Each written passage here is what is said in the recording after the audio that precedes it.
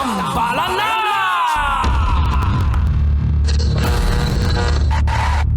Ang tambalang kumikinang. Nicole Ayala and Diego Bandido. Ang kwento. Mula sa mahiwagang burnay. Mula sa mahiwagang burnay.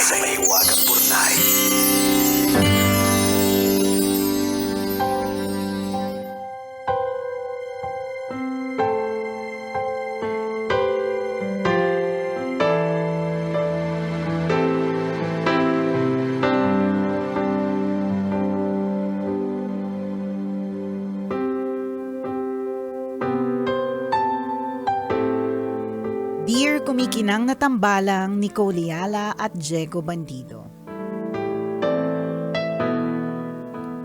Magandang araw po sa inyo. Ako po si Theo, listener po ng programa ninyo since 2009. Noong taon din pong ito nagsimula ang kwento ng pag-ibig na nais kong ibahagi sa inyo. High school po ako noon. Likas po akong maputi at matangos ang ilong. Sabi nga po ng marami, hawig ko daw po si James Yap. May anggulo din daw po ako na kamukha ko naman si Epi Quizon. Sa klase po namin, may paborito akong babaeng asarin. Kasi naman parang kawayan, ang payat-payat tapos ang tangkad. Maitim pa, kulot ang bungo at sarat ng ilong. Kulot ang bungo? Baka buhok. Kulot ang bungo. Ang hirap naman. Bungo? Kulot ang buhok. Uh-huh. Okay. 2 years after, sa dinami-dami ng pwede kong makasama, nag-cruise ang landas namin dito sa Europe. Hindi ko alam kung anong misteryo ang nangyari, pero naging kami. Lumipas pa ang konting panahon at pinakasalan ko siya. Nang mabuntis siya, kinabahan ako na magiging itsura ng anak namin. Paano kung siya ang kamukha at hindi ako? Kaya naman nang malaman kong nanganak na siya, inuna kong silipin ang bata. Mabuti na lang at kakulay ko. Kaya lang, paglabas namin ng ospital ng mahanginan, bigla siyang umitim sa paningin ko. Bumalik ang kaba ko. 9 years old na ang panganay naming babae ngayon at napakaganda niya. Maputi siya, matangos ang ilong at matangkad. Nagkaroon pa po kami ulit ng isa pang anak na babae. 3 years old na siya at tulad ng ate niya, maganda din. Dito ko po talaga napatunayan na kahit hindi masyadong pogi o maganda ang mga magulang, pwedeng magkaroon ng magagandang supling. Talagang may sariling trip din talaga tong si Lord. Pero alam niyo po kung ano ang mas mahalagang natutunan ko? Na sa mata ng magulang, ang anak niya ang pinakamaganda at pinakapogi sa buong mundo. Hanggang dito na lang po muna, palagi po ako nakikinig sa mga kwento ninyo. Muli, taus-puso akong nagpapasalamat dahil napakarami ninyong napapasaya araw-araw. Maraming salamat po at mabuhay kayo. Ang inyong kumikinang na tagapakinig, Theo.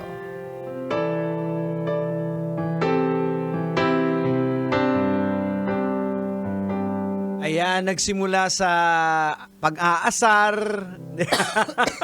Kaya nga 'di ba madaming mga magkarelasyon na kaya sila nagkatuluyan dahil sa sulsol, dahil sa mga pang-aasar. At saka yung mga katulad nitong kwento nito, natulak ng bibig, kabig ng dibdib. Oo. Ang nagtataka lang naman ako, yung grabe yung kabat nervyos mo na parang pangit yung anak mo, na parang bang ginayuma ka lang nung asawa mo. But anyways, gusto ko lang mag-dwell doon sa line na sinabi niya na may sarili talagang trip itong si Lord. Yan, 'di ba? If we dwell on that line, kapag pinakinggan natin at nilalima natin yung pag-iisip tungkol dun sa linyang yan, totoo meron po siyang sariling trip at may sarili po siyang plano. Correct. Na minsan kahit meron po tayong mga planong mga kakaiba para sa ating mga sarili o para sa ating pamilya. Kapag ka ang plano niya ay ito para sa'yo, dadalhin at dadalhin ka niya dyan sa planong yan. Oo. Hindi kaya, Teo, nung high school, kami diferensya yung mata mo. Baka.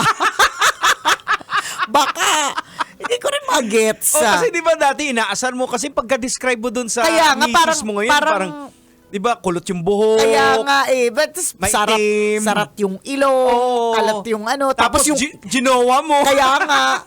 Pinakasal. Hindi kaya totoo ang gayuma? Charas. Alam mo, ganun po talaga. May mga bagay talaga tayo minsan hindi natin ini-expect na okay, di ba? Asar na asar siya dyan nung high school or ayaw na ayaw niya dyan. Tapos sila yung nagkatuluyan. Hindi, totoo naman, di ba? Totoo naman yung kwento ng ugly duckling, di ba? Minsan may na ganon. may magugulat ka ng mga kaklase mo dati na parang Correct. halos hindi mo mapansin. Ito na lang, sample na lang. Oh. Kim Chino, wag na tayong Ay, oo, lumayo. si Naging Kim OJT Chino. namin, hindi namin matandaan. Wala pong makatanda. Sabi ko talaga sa kanya nung nag-a-apply yan, sabi ko, alam mo, kung noon ka pa lang na OJT ka at ganyan ang itsura mo, walang makakalimot sa'yo dito. Ako mismo, hindi kita makakalimutan. Tatawagan agad na yung may opening. Hindi ka pag gumagraduate, tanggap ka na. Charot. Di ba? Tapos bonggang-bonggang glow up, di ba? Although hindi naman din ang sabi naman ni Kim Chino, yung ganun na din naman yung itsura niya dati na nag-OJT. Yung formahan niya. Kaya lang daw hindi pa kasi uso yung look ng Koreano. Okay. Tama naman din. May point din naman siya. Yan, parang ganun din. Oo, baka nung panahon ni Teo tsaka nung kanyang hindi pa uso hindi pa uso yung mukha mo. Nung nagkita kayo sa Europe, uso na. Ayan. Ganun na yung itsurahan na uso kasi tanggap na kahit anong itsura ngayon di ba? Noon kasi baka noon ang tunay na batayan lang ng kagandahan yung maputi. Totoo yan. Straight ang buhok. Correct. Dati kapag kakulot, hindi eh. Oo. Di ba? Salot, kulot, Kaya, salot. Di ba? May kaya- ganun. Kaya nga, ang dami pong mga ako hanggang ngayon, dala-dala ko yun, Jegs. Kaya talagang every now and then, nagpapariban tayo. Kasi nga, dala-dala ko yung panunukso niya yan dati. Kasi kulot, salot. Kasi meron lang talaga dati na definition na maganda eh. Ang maganda lang dati yung mga matatangkad. Ayan.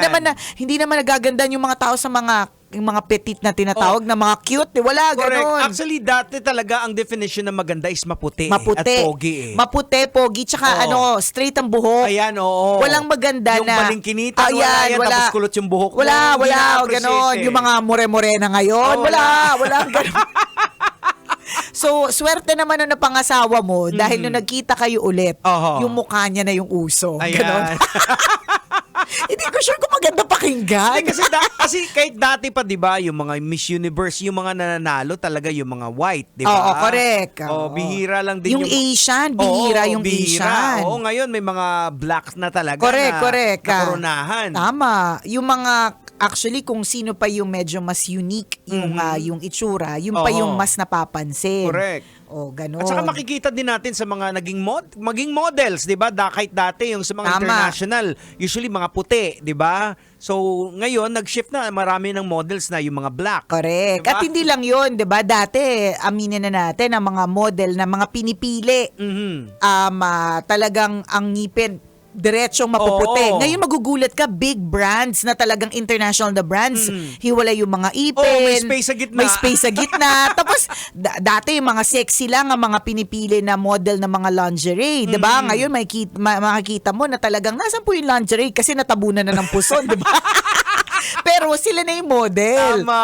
Ganon. Ayan, So may nag-iba. mga ganyan nagbabago talaga. Kaya kung halimbawa ang itsura mo ngayon wala nagkakagusto, hindi pa kasi uso ngayon. Correct, oo. Dadating ang panahon, magiging uso rin. Magiging uso rin yung mukha mo. Magiging uso rin yung mukha mo, magkaka-love life ka rin at magkakaroon ka rin ng mga supling na magaganda. Tama. Huwag kang matakot, magtiwala ka lang. Correct. Alam mo, actually, ako nakikitang masyadong problema dito eh. Wala. Mas naalala ko lang yung isa kong kaibigan na meron siyang naging jowa. Tapos, natatakot siyang pakasalan kahit gusto niyang, parang nakikita niya na yung sarili niya na pakakasalan niya yung girlfriend niya. Kasi, alam niya na ang daming pinagawa. Ganon din yung fear. Parang itong si, pag lumabas, hala, anong itsura, ganon. Kasi, talagang pinagawa yung ilong, pinagawa yung, yung talukap ng mata, ang daming pinagawa. So, talagang ang ganda-ganda. Eh, syempre, hindi naman natin madedefy ang genes. Aha. Talagang kung ano yung minana sa mga magulang, yun talaga ang lalabas na Correct, anak. oo. Ay, alam mo, hindi niya talaga pinakasalan sa takot niya. Eh, yung worries niya, paglabas pa lang ng anak, issue ka. Oo, issue kagad. Anak mo ba yan?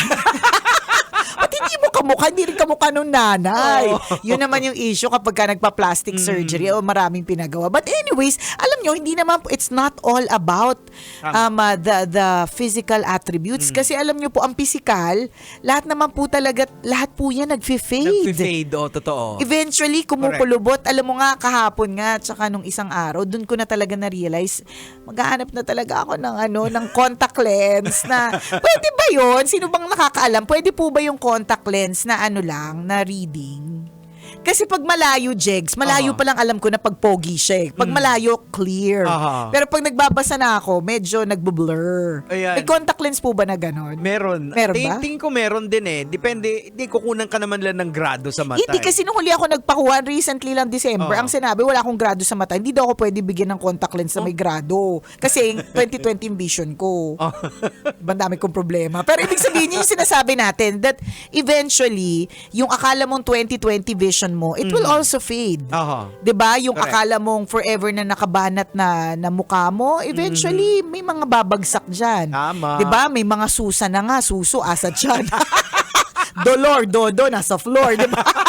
May mga ganun kasi dati nakatayo yan, ngayon hindi. Oh. At saka doon mo makikita talaga na nag-iiba yung mga dati mga kaklase mo. Yan. Na yung mga muse, ang ganda-ganda. Tapos nakita mo parang nawala yung rin. beauty Oo. na kasi hinangaan mo dati. nagfe-fade din talaga siya eh. Nagfe-fade. Tapos dahil sa siyensya, pwede ring mag-level up, pwede Correct. mag-glow up. So, dapat superficial lang. Ang point ko lang is, hindi dapat lang tayo magbase sa itsura. Kasi Correct. pwede magbago yan eh. Oo, kasi once Karakter pa rin tayo. in-empower mo yung partner mo, yung glow up talaga nagiging basic eh. Nagiging automatic. Posible talaga yun. So, kailangan, syempre, meron kang higit na titingnan na bukod doon sa itsura na sa ngayon hindi pa uso. Oo. Di ba? Bukod doon, titingnan mo ano ba yung karakter. And I'm Tama. sure si Theo, ginawa niya lang highlight sa kwento yung hindi niya type yung itsura noon, pero nag-cruise ang landas nila at na-type pa niya. Kasi I think it's really more about the character eh. Hindi na lang siya yung sa itsura lang magbabase. And I think yung si Theo, yung naikwento ni Theo sa atin, yun yung love language niya. Yes. Kung minsan, di ba, tayong may mga, sa mga asawa natin, may mga laitan na Oo, na nagaganap. portion tayo. Yun yung love language natin. Correct. 'Di ba? So, sa tingin ko hindi naman sana si Mrs. nagigets niya 'yon. Hindi siya yung parang mainis at maasar sa kanyang mister na si Theo. Feeling ko mapagbiro. Oo, yeah. Oh well, congratulations naman kung nagkaroon kayo ng mga magagandang mga supling.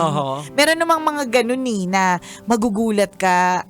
Kaya nga sinasabi nila na na totoo yung tawag doon, yung pinaglihi. Kasi like meron akong isang kaopisina dati nung araw dati kong pinag-workan. Yung mukha niyang mag-asawa, average lang eh. Di ko naman sinasabing kumakaano naman ako, akala mo kagandahan ako. Yung saktong Pinoy profile. Yan. Pinoy profile. Pero yung lumabas yung anak nila, dahil pinaglihi niya nung time na yun kay Marimar, una, ang buhok niya talaga parang si Marimar. Alam mo yung waves na magaganda, na beach waves na maganda. Tapos yung mata niya parang ang bilugan na ang hahaba ng mga pilik mata. Kasi nga pinaglihi daw kay Marimar.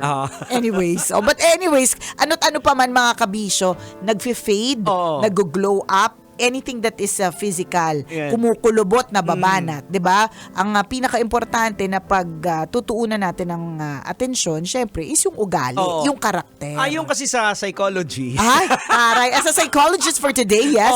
Yes, Doc. Yung maternal impression, yung paglilihi, nangyayari din talaga siya sa yung hindi yung anong kinakain mo, yung feelings mo. Kung ano nararamdaman. Like for example, siguro baka naging ganyan yung mukha ng wife mo na medyo kinukutsa mo, Theo, kasi dahil medyo kahirapan ng magulang, Pwede diba, din. yung sa buhay. Pwede Pero din. kaya ngayon lumabas na magaganda yung kasi maganda na yung buhay niyo, yung Pwede yung din. stress hormones ko minsan. Correct. So talagang So ayon sa ating psychologist, kung lumabas ng anak po ninyo na parang hindi masyadong kaganda o kagwapuhan, na stress yung nanay niyan. Tanungin natin, saan ang galing ang stress niyan? Baka ikaw din.